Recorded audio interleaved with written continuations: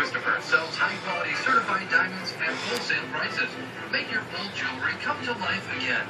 Have it redesigned by Christopher, Rockford's only nationally recognized master jeweler. Broken jewelry, save 50%. Midway Airport in Chicago has been advised to clear the runway and also get the passengers in the terminal away from the windows. We're also watching severe weather in the northeast. That's right. I'm Alex Wilson here with Chris Moore, and we have been watching many parts of the country tonight, but paying special attention to the Chicago area as they are seeing a dangerous line of storms headed their way. We have a few of you around the Chicago area to show you this evening. That's right, keeping an eye on the weather that's outside of Chicago. This is a live look right now along Michigan Avenue here in downtown Chicago. It's not looking too bad right now, but this is likely going to change. And when it does, it will be an abrupt change. Expecting some strong storms to move in. Also looking at Wrigley Field right now.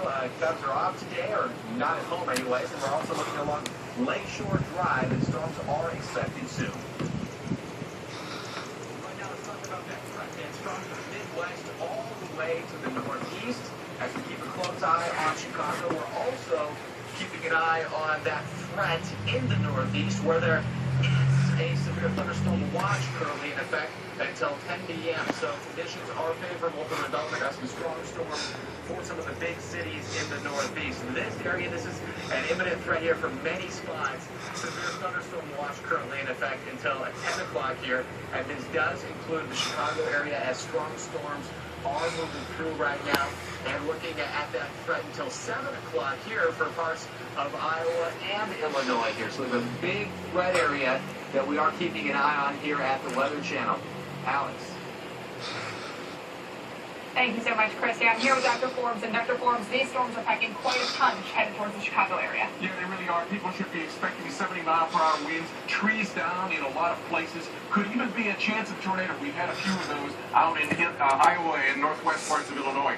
And it has reached Derecho status. That means a widespread damaging wind event associated with a low echo on radar. On satellite, it looks like this big, high-top, very tall thunderstorm cluster that began overnight in Nebraska, rolled across Omaha this morning, across Iowa, and now it's come into Illinois. It's gone over 350 miles, so 250 is what you need for a derecho, and it is bearing down at about 65 miles per hour toward the Chicago area.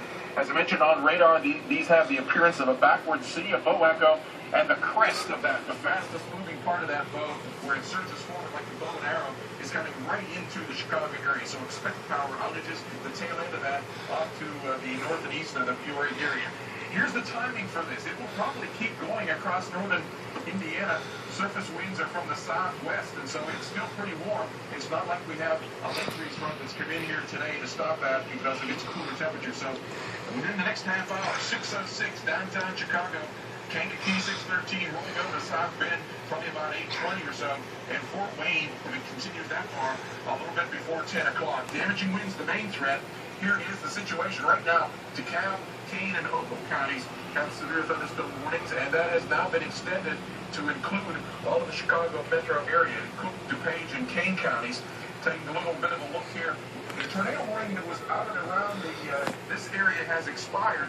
But I do want to show you why we have occasionally had some tornado warnings with that. We'll zoom in here on a high-definition radar. Can you see where this little arm comes out? There's a little bit of a circulation there, and a little bit of the warmer air comes in here. Some of that rain-cooled air surging forward there. You see it advancing just a little bit. And so once in a while, we've had some tornadoes that spun up in that. So the Aurora, the Naperville area is not totally out of the question, but we could have something like that, making it worse in terms of the overall wind damage if you get a little tornado embedded in that. Off to the Streeter, Pontiac areas, Grundy, LaSalle, Livingston County, you have severe warnings as well. Then up into parts of the Northeast, it's not these big widespread wind events, it's more localized. Southeast, the parts east of Manchester, New Hampshire there, over around in Worcester, Massachusetts, working its way slowly, probably it may not get into Boston, it'll take a couple hours. They weekend just to the south and west of Hartford, and several rounds of storms in the Albany area. So watch out for ponding on the roadways there. There could be some localized flooding. There's been a lot of rain in some of these areas. Now, for the west, we'll have additional severe weather today and through the next several days as this big counterclockwise spin, it's a cold pocket aloft, comes east toward initially this evening the high plains areas, the western Dakotas, Montana, Wyoming, northeast Colorado, maybe down into the Texas Panhandle, and a little bit to the east of that. severe threat up in the northeast will wane after about 10 or 11 o'clock. We might get a chance of a tornado in northeast Kansas. I've given a tornado in those high plains areas. Still northeast Illinois, a chance of a tornado with tornado 4. Tomorrow, that Pacific Northwest system pushes farther to the east. We'll have the Dakotas, Minnesota, once again.